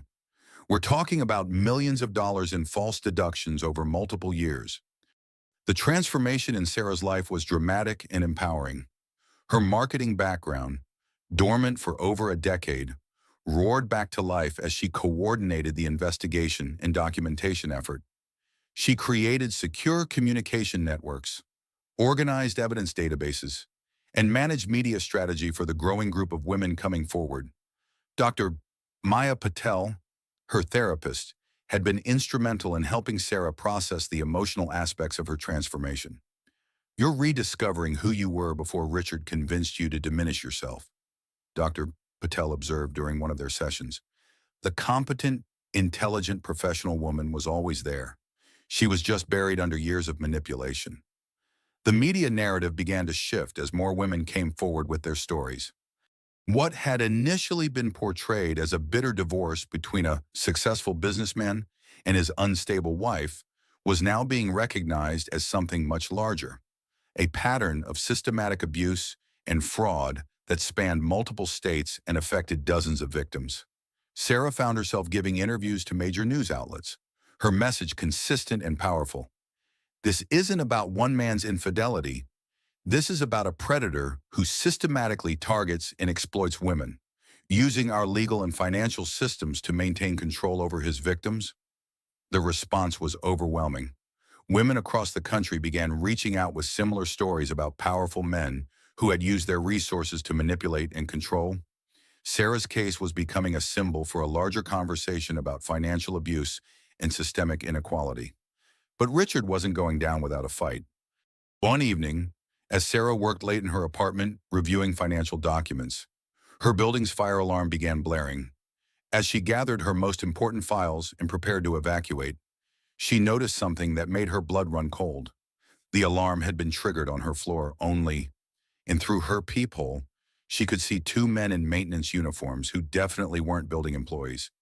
Sarah quickly activated the recording app on her phone and called 911, speaking loudly enough for the microphone to pick up her location and situation.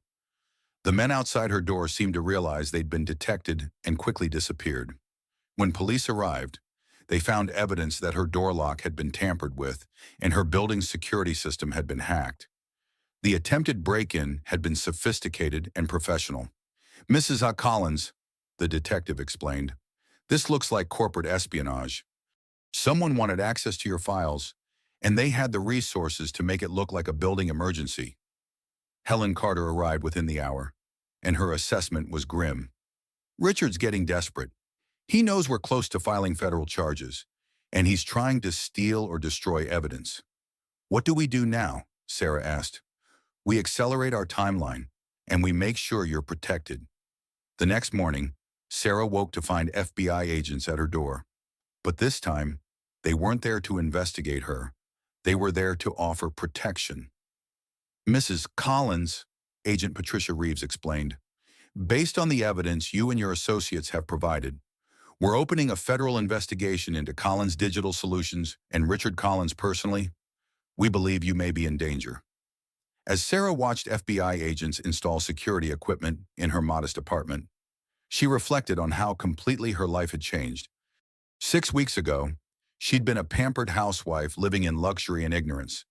Now she was at the center of a federal investigation, leading a coalition of women against a man who had systematically victimized them all. Her phone rang with a call from Emma's foster family. "Mrs. Collins, Emma asked if she could call you. She has something important to tell you."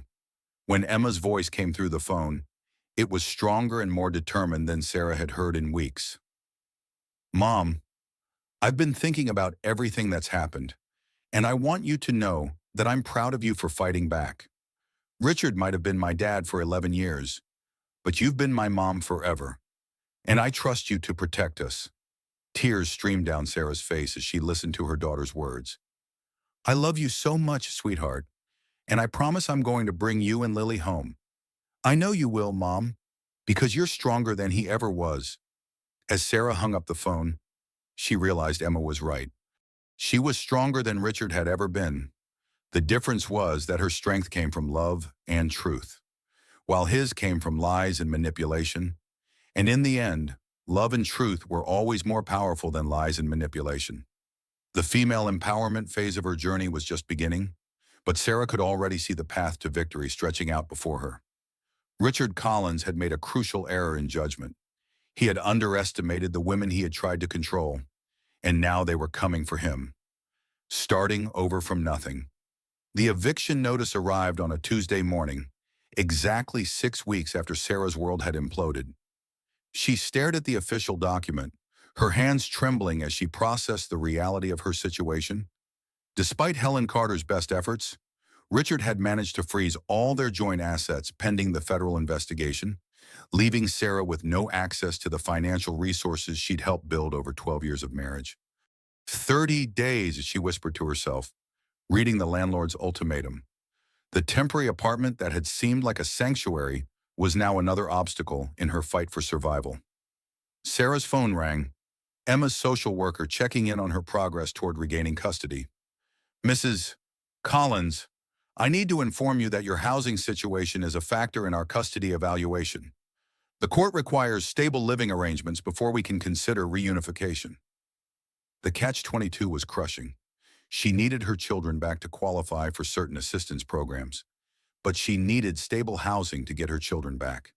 Without access to her marital assets, she was trapped in a bureaucratic maze that seemed designed to keep families separated. That afternoon, Sarah sat in a Starbucks in Santa Monica, using their free Wi-Fi to apply for freelance marketing jobs. Her laptop was 4 years old. Her professional wardrobe was limited to the few business outfits she'd managed to pack before leaving the Malibu house, and her resume had a 12-year gap that raised questions she wasn't sure how to answer. Reason for career gap. Every application asked, "How did you explain that you trusted your husband's promise to take care of you, only to discover it was a lie designed to make you dependent and controllable?" Her first freelance interview was with a small nonprofit organization fighting domestic violence. The irony wasn't lost on her as she sat across from director Lisa Chen, explaining her qualifications while trying to hide the desperation in her voice. "Your background is impressive," Lisa said, reviewing Sarah's pre-marriage portfolio. "But I have to ask about the gap in employment. 12 years is significant in our field." Sarah made a decision that would define her path forward. "I spent 12 years married to a man who systematically isolated me from my career while building a criminal enterprise. I'm currently helping the FBI build a case against him while fighting to regain custody of my children. I need this job not just for money, but to prove to the family court system that I can provide stable support for my daughters." Lisa's expression shifted from professional skepticism to genuine interest. "You're Sarah Collins. I've been following your case in the news. Then you know I'm not just looking for freelance work. I'm looking for a second chance. Can you start Monday?" The job paid a fraction of what Sarah had once earned, but it was a beginning. She threw herself into the work with an intensity that surprised even her. 12 years of suppressed professional energy erupted into campaigns that helped domestic violence survivors rebuild their lives. Work that felt deeply personal given her own circumstances. But financial stability remained elusive. Even with the nonprofit job, Sarah's income couldn't cover both rent and the legal fees required to fight Richard's well-funded legal team. She found herself making choices that would have been unthinkable 6 months earlier. Shopping at discount stores instead of Whole Foods, using coupons clipped from newspapers she found at the library, taking the bus instead of driving to save money on gas and parking. Each small humiliation was also a step toward independence from the luxury that had been used to control her. The lowest point came on a Thursday evening when Sarah was buying groceries with food stamps she'd qualified for as a single mother with limited income. A woman in line behind her recognized her from the news coverage. "Aren't you the billionaire's wife?" the woman asked loudly enough for half the store to hear. "What are you doing with food stamps?" Sarah's face burned with embarrassment, but she answered honestly. "I'm the billionaire's ex-wife, and he's hidden all our assets while I fight to prove he's a criminal. Right now, I'm just a single mother trying to feed her family." The woman's expression softened. "Good for you, honey. Fight for what's yours." That evening, Sarah video called with Diana Walsh, Carmen Rodriguez, and the other women in their informal support network. They had begun meeting weekly to share not just legal strategies, but survival tactics for rebuilding their lives. "I got my first freelance client this week," Carmen reported from Phoenix. "A small marketing firm that needed help with their social media strategy. It's not much, but it's a start." Maria Stevens in Portland had begun teaching yoga classes, drawing on the instructor's certification she'd earned years before Richard had convinced her it was impractical. Diana had started a consulting business, helping other single mothers navigate the legal system. "We're all starting over," Diana observed. "But we're starting over with knowledge we didn't have before. We know what manipulation looks like now. We know how to protect ourselves." Jessica Hartwell, who had been the most financially comfortable among them due to her executive salary, had faced her own challenges. Richard had managed to get her fired from Collins Digital Solutions by claiming she'd been embezzling funds, allegations that were false but had destroyed her reputation in the tech industry. "I'm working 3 part-time jobs," Jessica reported. "Coffee shop in the morning, tutoring in the afternoon, restaurant server at night.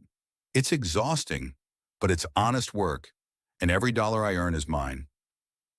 The mutual support among Richard's former victims had become Sarah's lifeline. When her laptop died and she couldn't afford to replace it, Maria shipped her a refurbished one from Portland. When Carmen needed help with her legal paperwork, Diana flew to Phoenix on her own dime to provide assistance. When Jessica's car broke down, Sarah organized a crowdfunding campaign that raised enough money for repairs within 48 hours. They had become more than allies in a legal battle. They had become a chosen family, bonded by shared trauma but strengthened by collective determination.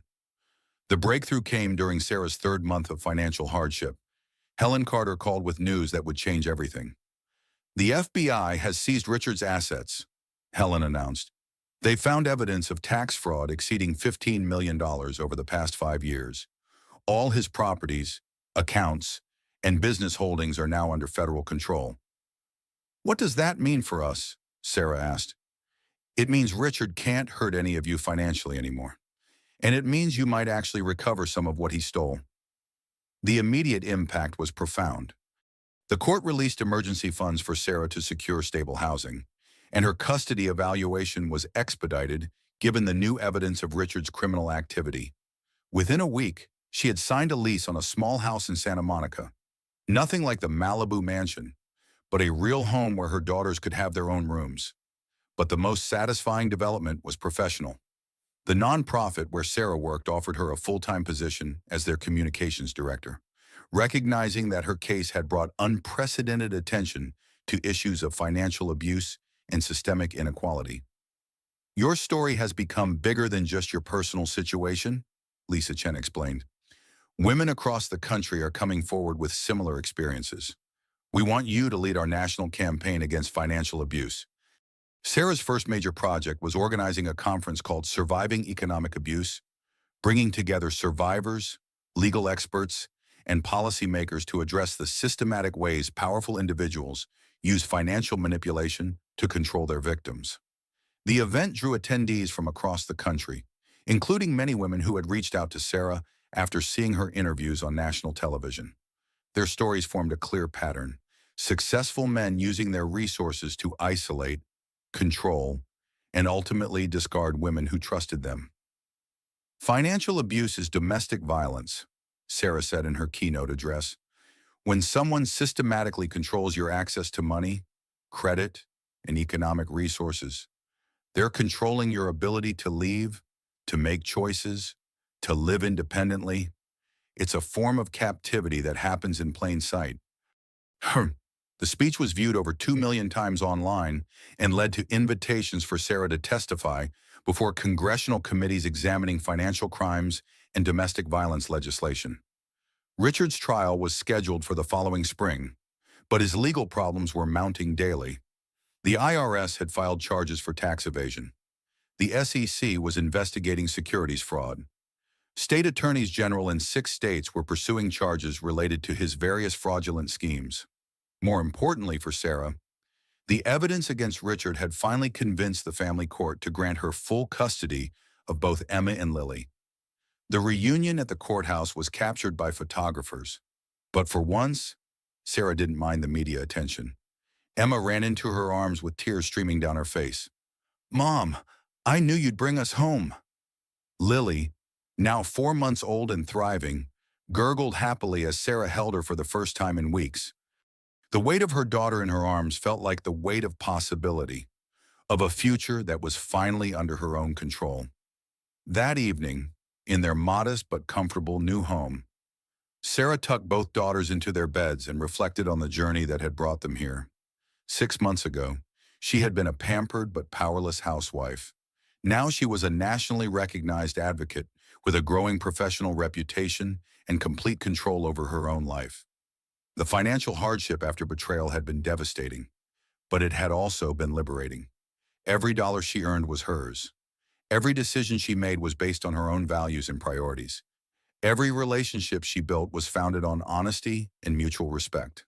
Her phone buzzed with a text from Michael Turner, Emma's biological father.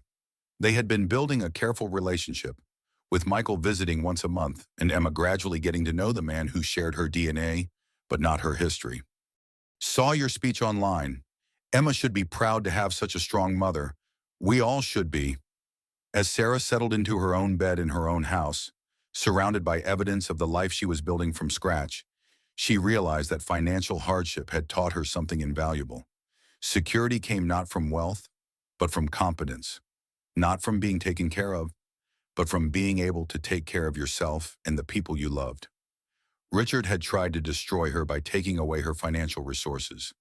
Instead, he had forced her to rediscover her own strength, and that strength was worth more than all the money he had stolen.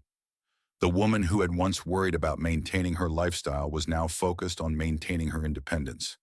And independence, Sarah had learned, was the greatest luxury of all. Healing and new beginnings. Dr. Maya Patel's office had become Sarah's sanctuary over the past 8 months. The warmth of the space, with its soft lighting, comfortable chairs, and walls lined with books about healing and growth, stood in stark contrast to the sterile courtrooms and legal offices that had dominated her life during the custody battle. "Tell me about the nightmares," Dr. Patel said gently as Sarah settled into her usual chair. Sarah sighed, pulling a throw pillow into her lap. "They're different now. Before, I used to dream about losing the children, about being trapped in that house in Malibu while Richard controlled everything. Now I dream about all the women he hurt, about Marcus and the other children growing up with his lies." "You're processing trauma that extends beyond your personal experience," Dr. Patel observed. "Survivor's guilt is common among people who escape abusive situations while others remain trapped." The therapy sessions had evolved along with Sarah's circumstances. Initially, they had focused on acute crisis management, helping Sarah cope with the immediate trauma of discovering her husband's betrayals and the subsequent legal battles. Now they were addressing deeper questions about identity, self-worth, and the complex process of rebuilding a life from scratch. "I got the final settlement papers this week," Sarah said, pulling the documents from her purse. "Richard's assets are being liquidated to pay restitution to his victims and cover his legal debts. After taxes and legal fees, I'll receive about $8 million. "How does that feel?" Sarah considered the question. "Complicated. It's enough to secure Emma and Lily's futures, to buy us a real home, to never worry about money again. But it's also blood money, earned through the exploitation of women like me. I keep thinking about Carmen and Maria and Diana. They'll receive settlements too, but nothing can give them back the years they lost." "And what about Richard himself? How do you feel about his situation?" Richard's sentencing had been front-page news across the country. 25 years in federal prison for tax evasion, wire fraud, and racketeering. His business empire had collapsed entirely, with Collins Digital Solutions filing for bankruptcy amid the scandal. The man who had once seemed untouchable was now inmate number 47829 at a federal correctional facility in Texas. "I feel nothing," Sarah said honestly. "No satisfaction, no anger, no sadness. He's irrelevant to my life now, except as a cautionary tale I share with other women." That was true, but not complete. What Sarah didn't mention was that she had received a letter from Richard the previous week, the first communication he had attempted since his incarceration. She had thrown it away without reading it, but its existence had stirred emotions she was still processing. "Let's talk about your relationship with David Martinez," Dr. Patel suggested, sensing Sarah's reluctance to continue discussing Richard. David Martinez had entered Sarah's life in the most unexpected way. He was the single father Richard had falsely accused of being Lily's biological father, a lie that had been exposed when actual DNA testing revealed Richard's use of donor sperm during Sarah's fertility treatments. The revelation of Richard's deception had led to an awkward meeting between Sarah and David, followed by a friendship that had gradually deepened into something more. "We're taking things very slowly," Sarah said, and for the first time during the session, she smiled. "Emma likes him, which is huge, and he's wonderful with Lily, even though she's not his daughter. David was everything Richard had never been, honest to a fault, emotionally available, and genuinely interested in Sarah's thoughts and feelings rather than her utility to his life. He was also a successful architect who had built his career through talent and integrity rather than manipulation and fraud. "What frightens you about the relationship?" Dr. Patel asked. Sarah didn't hesitate. "Trusting my judgment again. I was so wrong about Richard for so many years. How do I know I'm not making another mistake?" "What does your gut tell you about David?" "That he's safe, that he sees me as an equal partner, not a possession to be managed, that he wants to know who I really am, not who he thinks I should be." The contrast was stark. Richard had always made decisions for Sarah, claiming he knew what was best for their family. David consulted Sarah on everything, from where they went for dinner to how they balanced their children's needs with their developing relationship. "He asked me to move in with him," Sarah admitted, "and I said no, not because I don't care about him, but because I need to prove to myself that I can build a complete life independently. If I can't be whole on my own, I can't be a real partner to anyone else." Dr. Patel nodded approvingly. "That's a significant insight. What does being whole on your own look like to you?" Sarah had been thinking about this question for months. "It means knowing that I can support my children financially and emotionally without depending on anyone else. It means trusting my own instincts about people and situations. It means having work that gives my life meaning beyond my relationships." The work aspect had become increasingly important. Sarah's role as communications director for the domestic violence nonprofit had evolved into a national platform. She testified regularly before legislative committees, spoke at conferences across the country, and had written a book about financial abuse that was being published the following year. "I got an offer to start my own consulting firm," Sarah said, "helping organizations develop programs to support survivors of economic abuse. It would mean leaving the nonprofit, but it would also mean building something that's entirely mine." "What's holding you back?" "Fear that I'm not ready, fear that I'll fail, fear that success will make me a target again." These were reasonable fears, Dr. Patel acknowledged. High-profile advocates for women's rights often faced backlash, threats, and attempts to discredit their work. Sarah's case had made her a symbol for a broader movement, but symbols also attracted negative attention. "I've been getting threatening messages," Sarah admitted for the first time. "People who think I destroyed an innocent man's life for money. They don't understand that Richard destroyed his own life through his choices." "Have you reported these threats?" "The FBI is aware. They say it's typical for high-profile cases like mine. Most of the threats are empty, but they have to take them seriously." The conversation turned to Emma, who had been struggling with her own complex emotions about the family upheaval. At 12 years old, she was old enough to understand what had happened, but young enough to blame herself for things beyond her control. "She's been seeing Dr. Richardson twice a week," Sarah said, referring to the child psychologist who was helping Emma process her feelings about Richard's crimes and her newly discovered biological father, Michael Turner. "How is she handling the relationship with Michael?" "Better than I expected. He's been incredibly patient and respectful of her boundaries. He never tries to replace Richard or criticize him in front of Emma. He just shows up consistently and lets her set the pace." Michael Turner had proven to be everything Richard wasn't: reliable, honest, and genuinely invested in Emma's well-being rather than his own ego.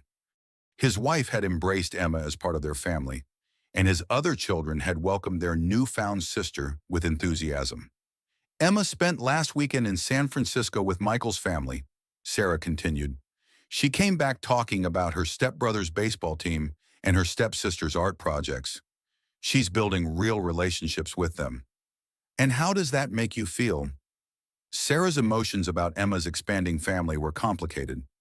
There was relief that her daughter had loving, stable influences in her life. There was also a lingering sadness about the years Michael had missed and the fundamental disruption to Emma's sense of identity. "Grateful," Sarah said finally, "and guilty that she missed out on knowing her real father for so long because I trusted Richard's lies." "You couldn't have known what you couldn't have known," Dr. Patel reminded her gently. The DNA testing was done in secret. You made decisions based on the information you had at the time. This was a recurring theme in their sessions, Sarah's tendency to blame herself for Richard's deceptions. Dr. Patel consistently redirected her towards self-compassion and realistic assessment of her own responsibility versus Richard's choices. Let's talk about Lily, Dr. Patel suggested. At 8 months old, Lily was thriving in ways that seemed miraculous given her premature birth and chaotic early months. She was meeting all her developmental milestones, had no lasting health problems from her NICU stay, and was a remarkably happy, social baby. She lights up whenever she sees David, Sarah said, laughing. I think she has better judgment about men than I do. What makes you say that? She was always fussy around Richard, even as a newborn. I thought it was just colic or premature baby issues. But now I wonder if she sensed something was wrong with him. The DNA testing had revealed that Lily's biological father was indeed a sperm donor, someone Richard had selected through a fertility clinic without Sarah's knowledge. The violation was so profound that Sarah was still processing its implications with Dr. Patel's help. How do you plan to handle questions about Lily's paternity as she grows up? Honestly, Sarah said without hesitation. Age appropriately, but honestly, she deserves to know her story, including the difficult parts. I'll make sure she understands that she was wanted and loved, even if the circumstances of her conception were complicated. As their session drew to a close, Dr. Patel asked her usual final question. What are you proud of this week? Sarah smiled, thinking of the small victories that had once seemed impossible. I taught Emma how to change a tire on Sunday. She said she wanted to learn how to take care of herself. And I realized that's the most important thing I can give both my daughters. The knowledge that they can handle whatever life throws at them. That's a beautiful legacy, Dr. Patel observed. As Sarah left the office and walked to her car, she reflected on how profoundly her relationship with herself had changed. The woman who had once defined herself entirely through her marriage and motherhood was now someone who valued her own competence, intuition, and independence. Her phone buzzed with a text from David. Emma's at art class. Lily's napping. Want to grab coffee and tell me about your day? Sarah typed back, yes, but only if you let me pay. I'm celebrating my new consulting contract. Deal. Proud of you. As she drove toward the coffee shop where David was waiting, Sarah realized that for the first time in her adult life, she was building a relationship from a position of strength rather than need. She wanted David in her life, but she didn't need him to complete her or validate her worth. That distinction, Dr. Patel had helped her understand, made all the difference between a healthy partnership and a dependent relationship. The therapy and self-discovery phase of her journey was ongoing. Healing wasn't a destination but a process. But Sarah had learned to trust that process, to believe in her own capacity for growth and change. And most importantly, she had learned to love herself enough to demand relationships built on honesty, respect, and genuine affection. The woman Richard had tried to control and diminish was gone forever. In her place was someone stronger, wiser, and infinitely more powerful, because her power came from within rather than from external validation. And that kind of power, Sarah knew, could never be taken away. The strength we didn't know we had. The phone call came at 3 a.m, jarring Sarah from the first peaceful sleep she'd had in weeks. Federal Marshal Patricia Rodriguez's voice was crisp and urgent on the other end of the line. Mrs. Collins, Richard has escaped during transport to a medical facility. We have reason to believe he may attempt to contact you or the children. Sarah sat up in bed, her heart hammering as she processed the information. Escaped? How is that possible? There was an accident during transport. 2 marshals were injured, and Richard disappeared in the confusion. We've issued a nationwide manhunt, but I need you and your daughters to go to a safe location immediately. Within an hour, Sarah had packed emergency bags for herself, Emma, and Lily, and they were on their way to a secure facility the FBI used for protecting witnesses. Emma, now 13 and far too mature for her age, asked the questions that were keeping Sarah awake.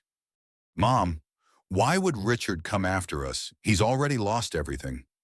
Sarah wished she had a good answer. The Richard she had married would never have hurt his children. But that man had been a fiction.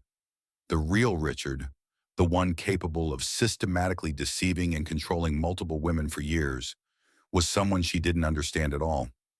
The safe house was a nondescript suburban home in Thousand Oaks, staffed by federal agents who tried to make their involuntary confinement as comfortable as possible. For 3 days, Sarah watched news coverage of the manhunt while trying to maintain some semblance of normalcy for her daughters. David visited every day, bringing books and toys for the girls and quiet comfort for Sarah. His presence was steady and reassuring, never dramatic or overwhelming, exactly what she needed during a crisis. The FBI thinks he's getting help, David said quietly as they sat in the safe house kitchen while the girls napped. Someone's been moving money from offshore accounts to fund his escape. Sarah wasn't surprised. Richard had always been charming and persuasive, skilled at convincing people to help him even when it wasn't in their best interests. She thought about all the employees at Collins Digital Solutions who had lost their jobs when the company collapsed, and wondered how many of them blamed her rather than Richard for their misfortune. On the fourth day, Marshall Rodriguez arrived with news that changed everything. We've tracked him to Las Vegas. He's been staying with someone connected to his old business network, and we have the location under surveillance. So this is over? Sarah asked. Not yet. Sarah, he's been making threatening statements about you and the book you're writing. He blames you for destroying his reputation and wants to set the record straight before he's recaptured. The book Marshall Rodriguez referenced was Sarah's memoir about surviving financial abuse, scheduled for publication in 3 months. The advance orders had been overwhelming, and Sarah's publisher was planning a major promotional campaign including television interviews and a speaking tour. He knows he's going to spend the rest of his life in prison, Marshall Rodriguez continued, but he seems obsessed with controlling his public image, even from behind bars. That evening, Sarah's phone rang with a call from an unknown number. Against the advice of everyone around her, she answered. Hello, Sarah? Richard's voice was the same, smooth, confident, completely lacking in remorse or accountability. But there was an edge to it now, a desperation that made Sarah's skin crawl. Richard, I heard you were taking an unauthorized vacation from federal prison. Very funny. You always did have a sense of humor, even when it was inappropriate. Sarah activated the recording function on her phone, a habit she'd developed during the legal proceedings. The FBI had told her that any contact from Richard would be valuable evidence for additional charges. What do you want? She asked. I want you to stop lying about me. This book you're writing, these speeches you're giving, you're destroying my children's chance to have a normal life. Your children. You mean the ones you abandoned when their mothers became inconvenient, the ones you used as leverage in your financial schemes. I provided for all of them. I gave you a life of luxury you never could have achieved on your own. The familiar gaslighting was almost comforting in its predictability. This was the Richard she knew, the one who rewrote history to cast himself as the generous benefactor rather than the manipulative predator. Where are you, Richard? Close enough. Sarah, I'm offering you one last chance to do the right thing. Withdraw the book, stop the media appearances, and tell the truth about what really happened. The truth. The truth is that you're a criminal who systematically abused women and children for over a decade. The truth is that you're going to spend the rest of your life in prison, and your victims are finally free to rebuild their lives. My victims, Richard's voice rose, losing the careful control he usually maintained. I made those women's lives better. I gave them financial security, beautiful homes, children they couldn't have afforded to raise properly without my support. You gave them nothing. You stole their independence, their self-respect, and their ability to make choices about their own lives. And what have you given them? Sarah false hope they're all struggling now, working multiple jobs, living in apartments instead of houses I provided. You convinced them to destroy the best things that ever happened to them. Sarah felt a flash of anger that surprised her with its intensity. The best things that ever happened to them, Richard. You treated human beings like assets in a portfolio. You had children with women you never intended to commit to, then used those children to control their mothers. I loved all my children. No, you didn't. You possessed them. There's a difference. The conversation continued for another 20 minutes, with Richard alternating between threats and attempts at emotional manipulation. He claimed that Sarah's public advocacy was traumatizing his children, that her book would damage Emma and Lily's future prospects, that she was being selfish by putting her own need for revenge above her daughter's well-being. But something had shifted in Sarah during their months apart. Richard's voice no longer carried the power to make her doubt herself or her decisions. His attempts at manipulation felt transparent and pathetic rather than persuasive. "I'm going to hang up now," Sarah said finally. "And Richard, when the FBI catches you, and they will catch you, I want you to remember this conversation. I want you to remember that you had a chance to take responsibility for what you did, and instead you chose to threaten the women you hurt. This isn't over, Sarah." "Yes, it is. It's been over for a long time. You just haven't accepted it yet." The FBI apprehended Richard 6 hours later at a casino in Las Vegas, ending his brief taste of freedom and adding escape charges to his already lengthy sentence. The recording of their phone conversation became evidence in additional federal charges that would likely keep him in prison for the rest of his natural life. But for Sarah, the real victory wasn't Richard's recapture. It was the realization that his words no longer had any power over her emotional state. The woman who had once crumbled at his disapproval was now someone who could face his threats with calm determination. The next morning, Marshal Rodriguez lifted the protection order, and Sarah was free to return to her normal life. As she packed their belongings at the safe house, Emma asked a question that stayed with Sarah for years afterward. "Mom, why didn't Richard ever say he was sorry, even when he was about to go back to prison forever? Why couldn't he just admit he was wrong?" Sarah considered the question carefully. Because saying sorry would mean admitting that he knew what he was doing was wrong, and people like Richard can't handle that kind of self-awareness. It's easier for them to blame everyone else than to face who they really are. "That's sad," Emma said quietly. "It is sad, but it's also not our problem anymore." The conversation reflected how much Emma had matured during their family's crisis. At 13, she was developing a sophisticated understanding of human nature and personal responsibility that would serve her well throughout her life. David met them at the house with flowers for Sarah and new art supplies for Emma. His consistent presence during the crisis had deepened their relationship in ways that months of normal dating couldn't have achieved. "How are you feeling?" he asked Sarah as they watched Emma and Lily play in the backyard.